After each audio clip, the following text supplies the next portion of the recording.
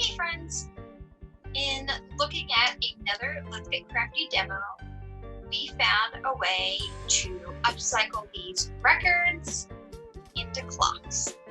It's 2021 and 2020 was definitely a weird year for time. So as we're thinking about how we might use time this year, we are going to upcycle some records. And at the end, I will show you the record that I have had in my kitchen for years and that I'm really excited to have.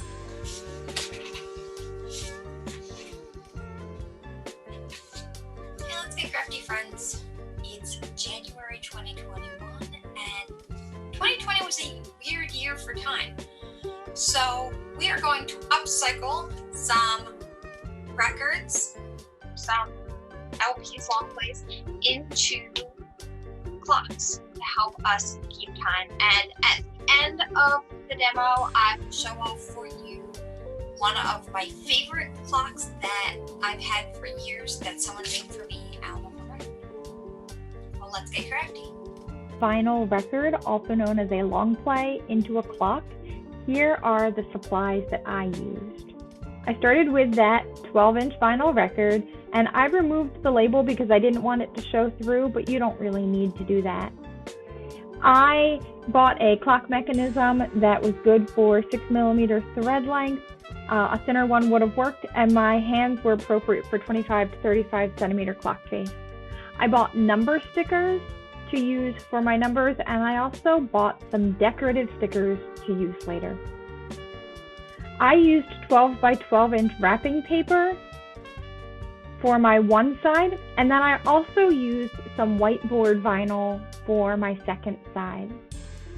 You'll notice that the whiteboard vinyl actually has that corner cut out there, which didn't matter because I'm going to trace the record later.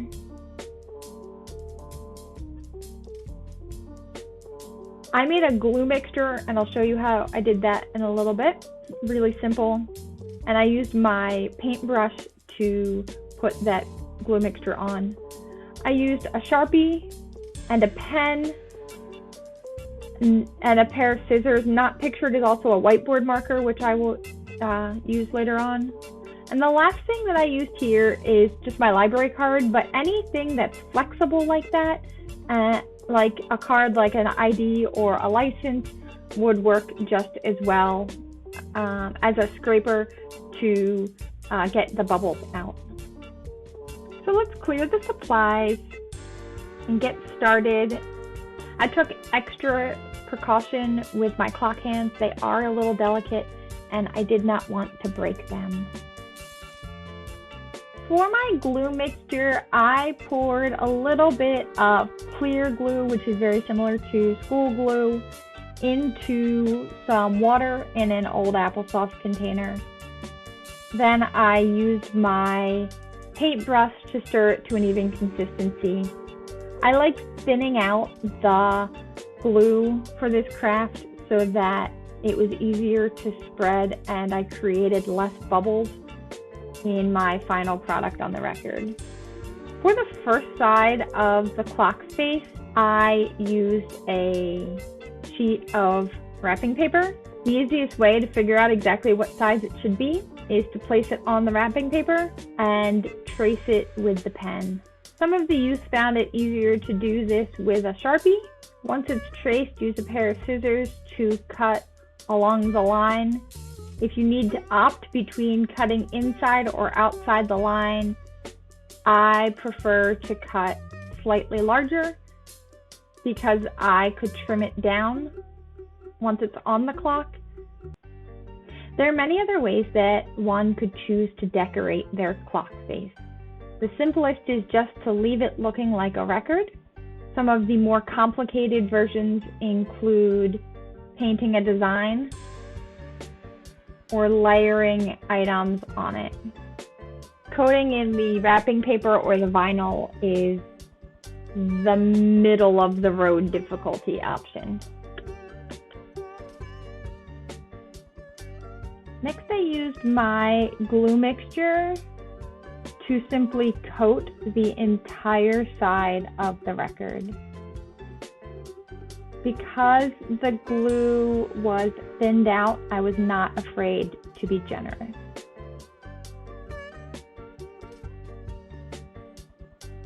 Next, I put the wrapping paper on, and because the glue is so wet, it was fairly easy to adjust until I got it how I wanted, using my hands to smooth out the big bubbles and my card to smooth out my smaller bubbles. I tried to be careful because I knew that the wrapping paper would be more delicate and more likely to rip if I was not gentle with it.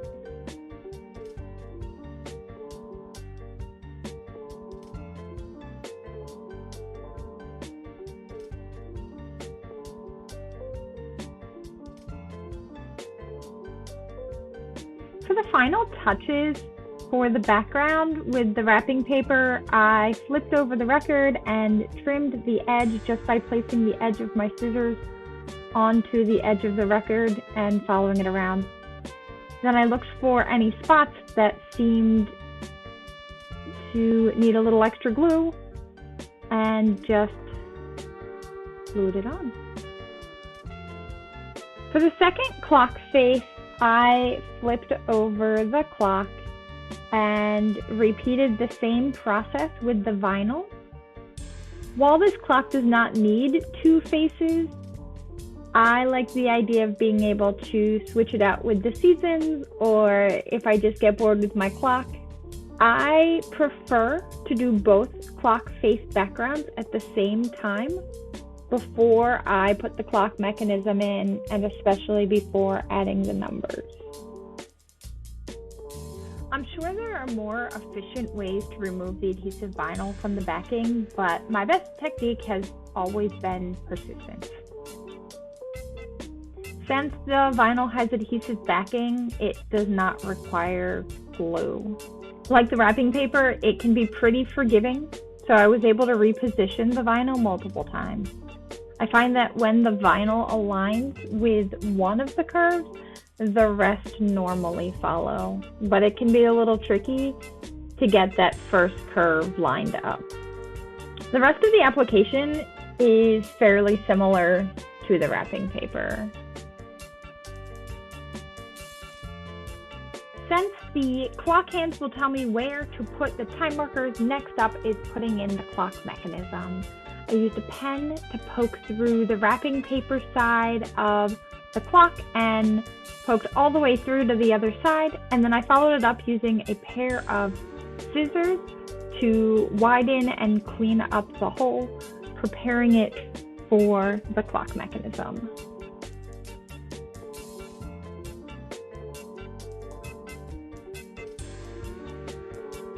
For the purpose of this video, I will demo the clock mechanism I have, but I will also talk about the difference between this one and the ones that were in most of the Let's Get Crafty kits. This kit comes with the clock mechanism, the black portion that I'm holding, a rubber washer, metal washer, hex nut, and open nut. That's top to bottom there.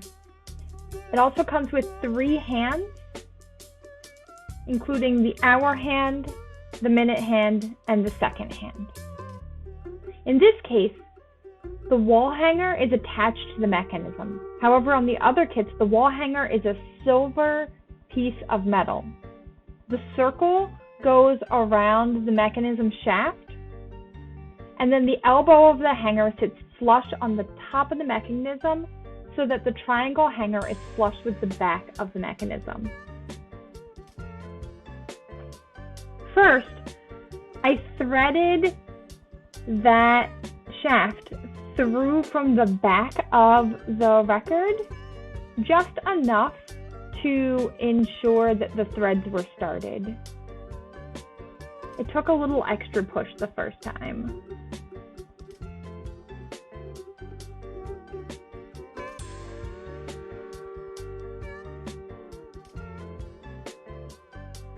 Once the hole was threaded, then I placed the rubber washer over the shaft of the mechanism.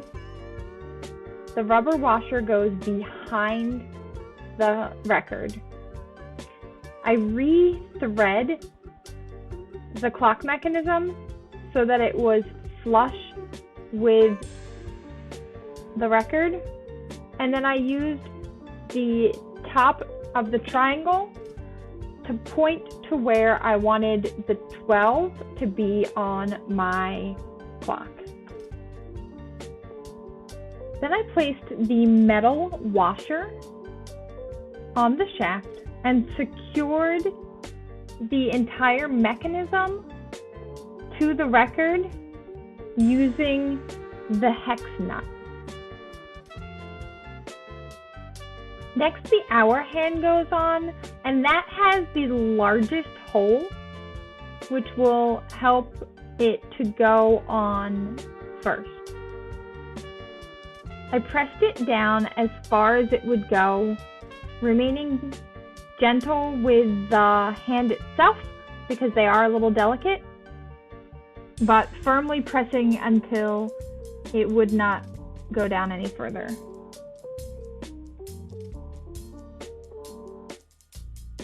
Next, I used the minute hand, which again had a slightly smaller hole so that it would not go down as far on the shaft, and I placed that on. This set has an open nut, which goes on after the minute hand.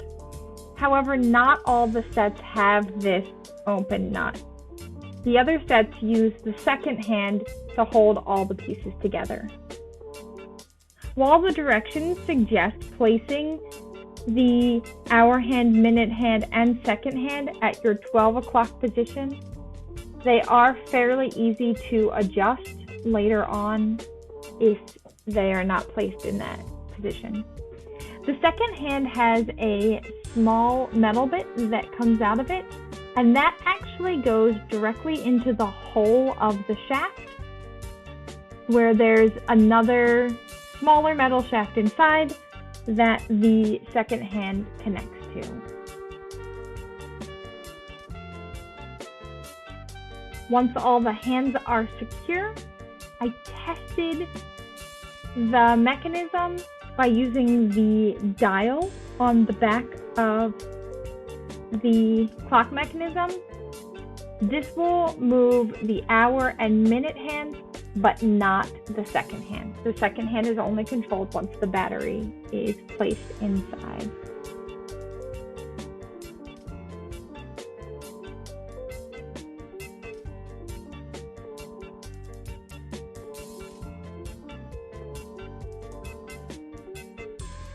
Next is to number the clock on the wrapping paper side, remembering that the wall hanger tip points like an arrow to where the 12 should be. So aligning those hands so that they point to the 12.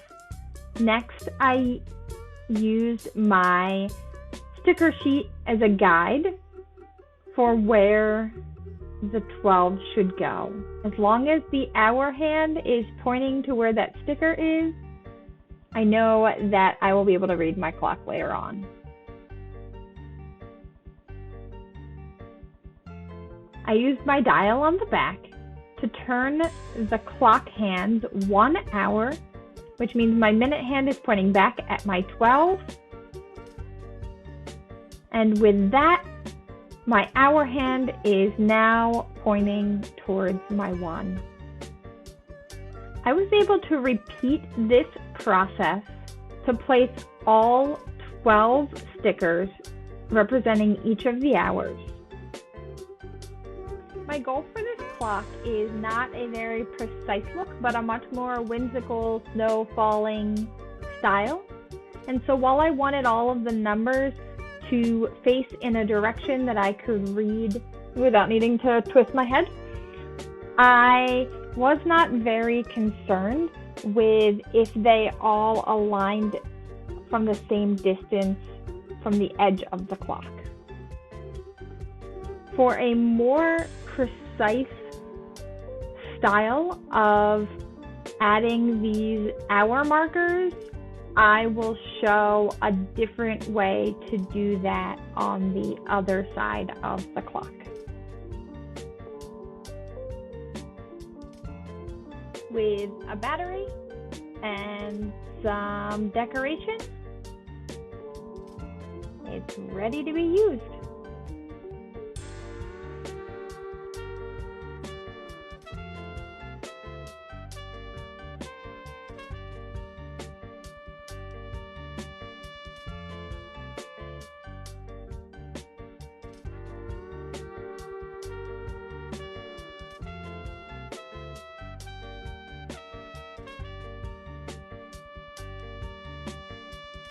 When it's time to trade out your clock faces, or in this case to decorate the other side, the first thing is to remove the battery.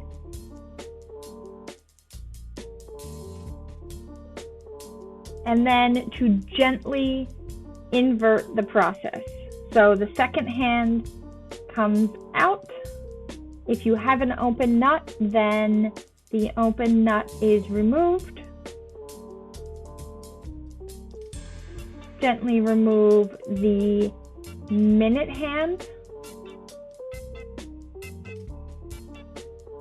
followed by the hour hand, again remembering that these hands are delicate.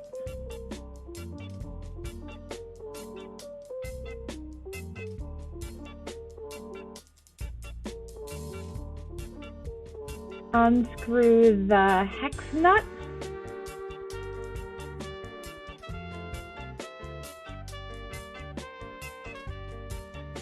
Remove the metal washer.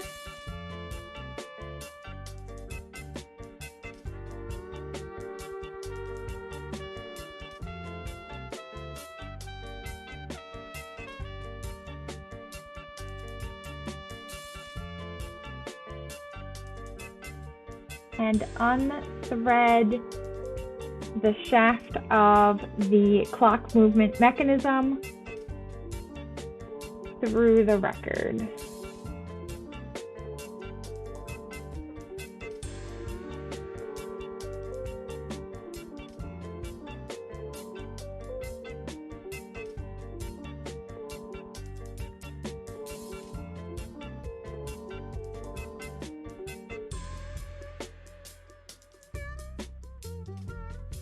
On the back side of the record will also be the rubber washer and the metal hanger if your kit comes with a separate metal hanger. And once more, reassembling the clock mechanism with the wrapping paper back on the side. If you need to put on the hanger, put that on. Then the rubber washer, and thread the whole thing through the record. The metal washer, the hex nut, the hour hand, the minute hand, the open nut, and finally the second hand. Next, it was time to add the numbers on the whiteboard side of the clock. Since it is a whiteboard, I was able to use my whiteboard marker to get my numbers more precisely in the places I wanted them before adding them in Sharpie.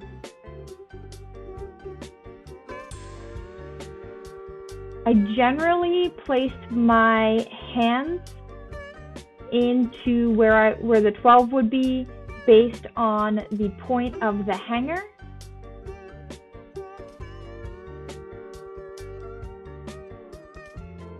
And then I followed that up by using my sticker sheet to get a more precise location and adjusted the hands accordingly.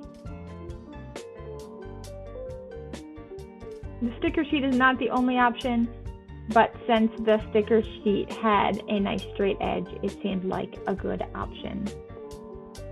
I then drew a line from the hands out to the edge of the clock,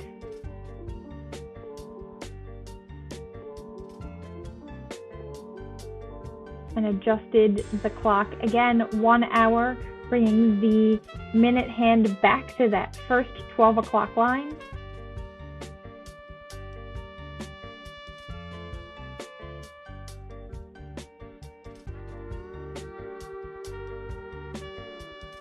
And followed the process of drawing a line out to where the 1 o'clock hour would be.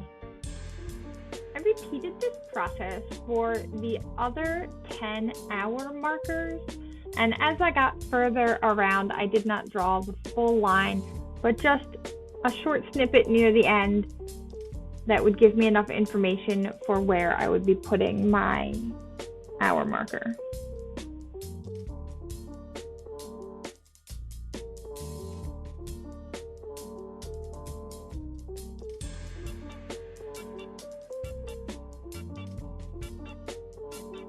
Next, I chose a common distance from the edge of the clock face of 1 marker cap length. I chose this length purely out of the convenience of having the cap length there, so any length would do.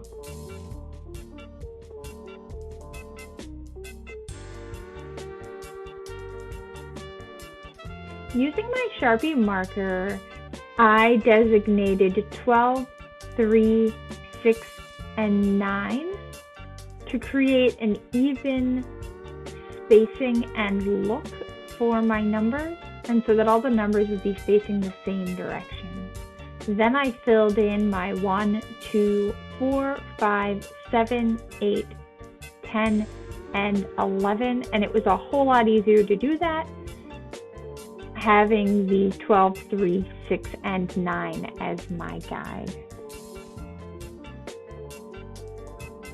I was then able to remove the excess whiteboard marker, and my clock face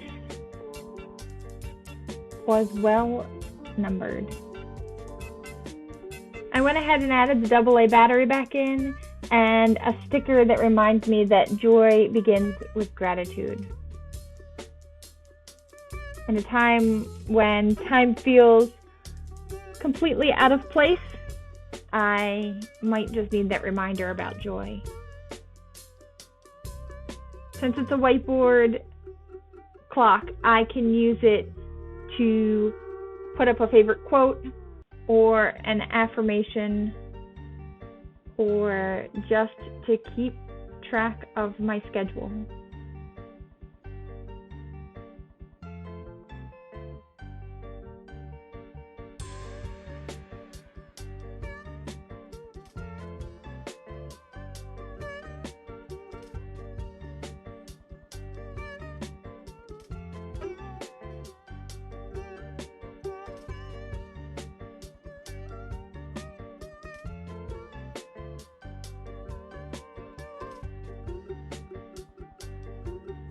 Well, that was a lot of fun making clocks out of records, and I really love having the two-sided clock. I'm looking forward to being able to flip it on the different seasons, and especially the whiteboard, because I love to write myself notes. As our youth group has been working on the mental health challenge, I think that having that kind of whiteboard would be a great place to put some self-affirmations. So I promised I would show off my favorite clock made from a record, and that's this one made by a local artist named Say42. And while the artist had originally just made the record, I requested it to be a clock, and the artist kindly and willingly updated it for me. So if you are looking for other ways to decorate your records, I'm pretty sure that this one was spray painted first and then layered on with paint marker, but acrylics and a paint marker also looks very slick. So painting or the wrapping paper or the vinyl all work pretty well, and there are just countless ways to redecorate it to fit your style and way. Well, friends, it was great to spend this time with you, and I hope to see you for February's Let's Get Crafty. We're moving to a once a month Let's Get Crafty schedule, so we're going to start seeing only half the videos, that's why. And our next one is Sun Giving. So I hope to see you. Bye, friends.